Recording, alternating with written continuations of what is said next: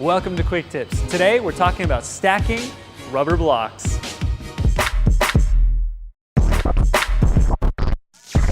We've gotten a lot of comments, concerns, questions, messages, you name it, about the stability of will my car be safe if these are stacked?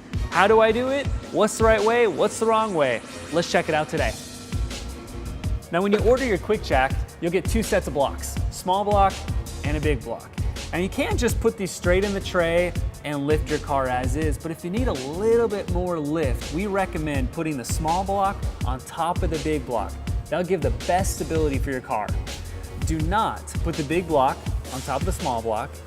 Don't form a L, don't form a T, don't sideways stack it. You always want to keep the small block on top of the big block. Now let's check it out.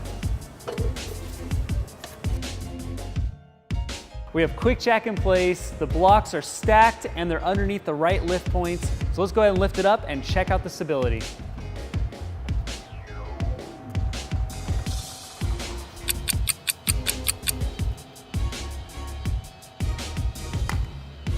Okay, let's go ahead and give it a shove.